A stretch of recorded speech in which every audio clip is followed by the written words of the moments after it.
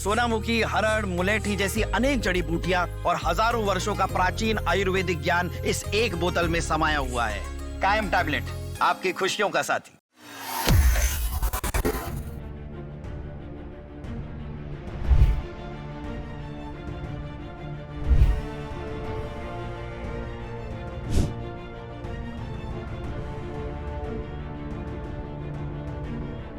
Venezuela की सियासत पे एक बड़ा धमाका होने वाला है, क्योंकि उस महिला ने जिसने ट्रंप को हराया था, अब वो वेनेजुएला वापस लौटने का ऐलान कर चुकी है। उसके आने के बाद वेनेजुएला की सियासत में एक बड़ा, ये कह सकते हैं कि सियासत बड़ी करवट ले सकती है। कौन है वो महिला और ट्रंप को कैसे हराया था, ये जानने के लिए हमारे साथ न्यूज रूम में रजत मौजूद है। रजत, सबसे पहले तो ये बताइए कि वो महिला कौन है जो वेनेजुएला वापस लौटने का ऐलान कर चुकी है। महिला का नाम है मारिया कोरिना मचाडो। जो लोग दुनिया की राजनीति को समझते होंगे या पढ़ते होंगे, उन्हें ये पता होगा कि 2025 में नोबेल शांति पुरस्कारों की ये विजेता हैं। वेनेजुएला से आती हैं और मादुरो की कट्टर विरोधी मानी जाती हैं। आपको बता दें कि अब आपने एक जिक्र किया, ट्रंप को हराया, कैसे हराया? हाँ। जी हाँ, ट्रंप को हराया था। हालांकि अब ट्रंप को खुश करने में लगी हुई हैं, बिल्कुल ट्रंप को कन्विंस करने में लगी हुई हैं। कैसे?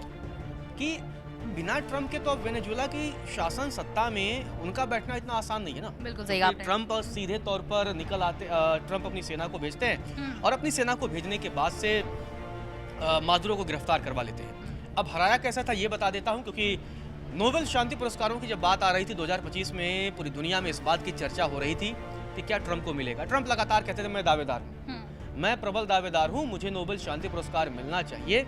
लेकिन तब उनको नहीं मिला और वेनेजुएला की विपक्षी नेता मारिया कोरिना मचाडो को ये पुरस्कार दिया गया। और ये पुरस्कार उन्हें इसलिए दिया गया क्योंकि उन्होंने वेनेजुएला में लोकतांत्रिक अधिकारों को बढ़ावा देने के खिलाफ लड़ाई लड़ी, तानाशाही के खिलाफ संघर्ष किया और शांतिपूर्ण लोकतांत्रिक परिवर्तन के लिए लगातार प्रयास किया। तो इसीलिए उन्हें ये पुरस्कार दिया गया। अब बड़ा ये सवाल है कि आखिर अगर वो वेनेजुएला लौटेंगी तो वेनेजुएला में क्या कुछ बदल जाएगा, क्योंकि वहां के उपराष्ट्रपति, वेनेजुएला के उपराष्ट्रपति ने शासन सत्ता संभाल ली है और साथ ही उन्होंने ये भी कह दिया है कि वेनेजुएला के एकमात्र राष्ट्रपति हैं वो है मादुरो। लेकिन बड़ी शर्त रखी है, मचाडो ने बड़ी शर्त रखी है वेनेजुएला लौटने के लिए। उन्होंने स्वतंत्र चुनाव की मांग की है और ये भी दावा किया है कि विपक्ष को 90% से अधिक समर्थन है। और साथ ही उन्होंने ये भी कहा है कि 900 राजनीतिक कैदियों की रिहाई होनी चाहिए, उनके तब जाकर लोकतंत्र की बहाली हो पाएगी। और आपको बता दें कि जिस तरीके से उन्होंने ये मांग की है, ये मांग अपने आप में बहुत अहम हो जाती है। लेकिन उन्हें इस बात का एक अंदाजा भी है कि बिना ट्रंप के इशारे के उनका वहां पर जाना और वहां का राष्ट्रपति बन पाना आसान नहीं है। तो इसीलिए ये बड़ा ऐलान भी उनकी तरफ से किया गया है, लगातार वो कोशिश कर रही हैं।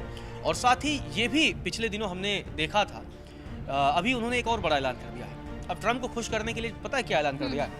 उन्होंने ये कहा है कि अपना जो नोबेल पुरस्कार है वो मैं ट्रंप को समर्पित करने के लिए तैयार हूं। दिलचस्प बात बताई आपने। जिस तरीके से, क्योंकि ट्रंप चाहते ही वही है कि नोबेल शांति पुरस्कार मिल जाए, तो उन्होंने कहा मैं आपको समर्पित कर दूंगी और बदले में उन्हें वेनेजुएला जाने का मौका मिले और वहां के शासन सत्ता में उन्हें ट्रंप बैठाने में मदद करे।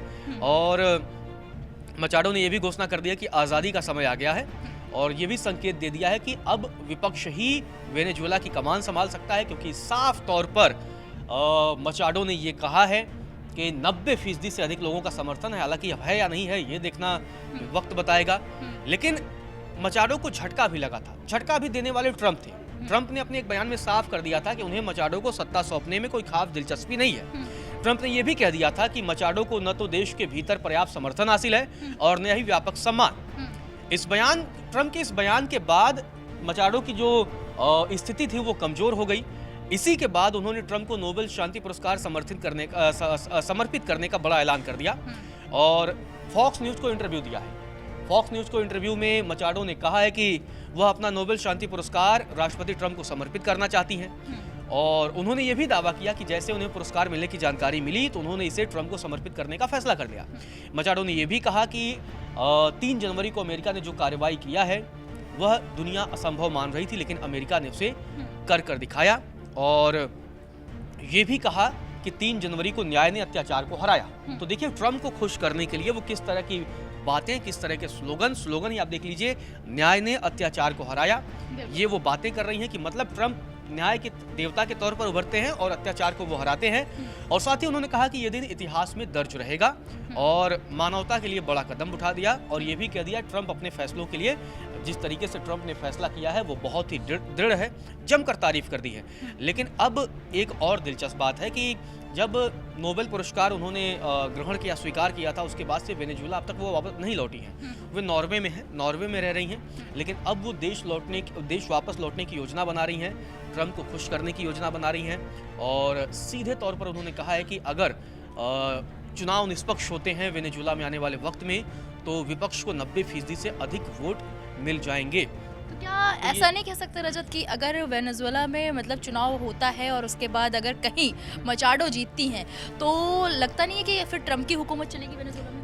अब क्योंकि जिस चीजें सौंप रही नहीं, हैं। ट्रंप की हुकूमत तो अभी भी चल गई। मादुरो चुने हुए राष्ट्रपति को उठा के ले जाना, तो ट्रंप ने तो दिखा दिया ना कि मतलब हुकूमत अमेरिका की है, जो ताकतवर है उसकी हुकूमत चलेगा।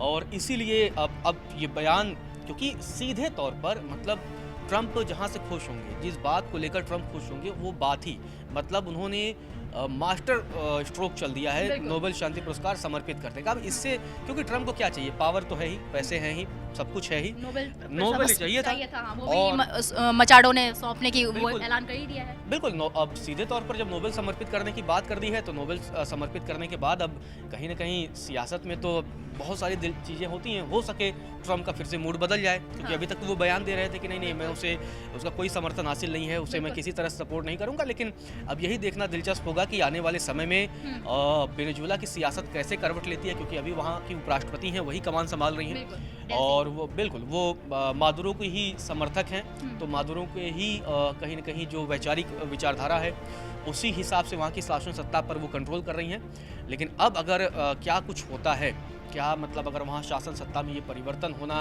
अब क्या जब ये वापस जाएंगी, अब ये वापस कब जाएंगी इस पर भी नज़र बनी रहेगी। क्योंकि जिस तरीके से आपको बता दें कि ये एक बड़ा दिलचस्प है कि जब ये वापस जाएंगी तो कैसा समर्थन रहता है, क्या वहाँ शासन सत्ता में बदलाव होगा, क्या वहाँ पर फिर से चुनाव कराने की अमेरिका की तरफ से कोई दबाव डाला जाएगा, क्या चुनाव फिर से होंगे या नहीं होंगे। इन तमाम सवालों के जवाब तब मिलेंगे जब मचाडो की वेनेजुएला वापसी होगी। बिल्कुल सही कहा आपने। और अब सबसे बड़ी बात ये होगी देखने वाली कि क्या ट्रंप जो है नोबेल पुरस्कार के लालच में जो उन्होंने अपना बयान दिया था उससे पलटते हैं और मचाडो को समर्थन देते हैं या नहीं। लेकिन आपको क्या लगता है इस पूरी खबर पर? हमें कमेंट बॉक्स में जाइए, अपनी राय जरूर दीजिए।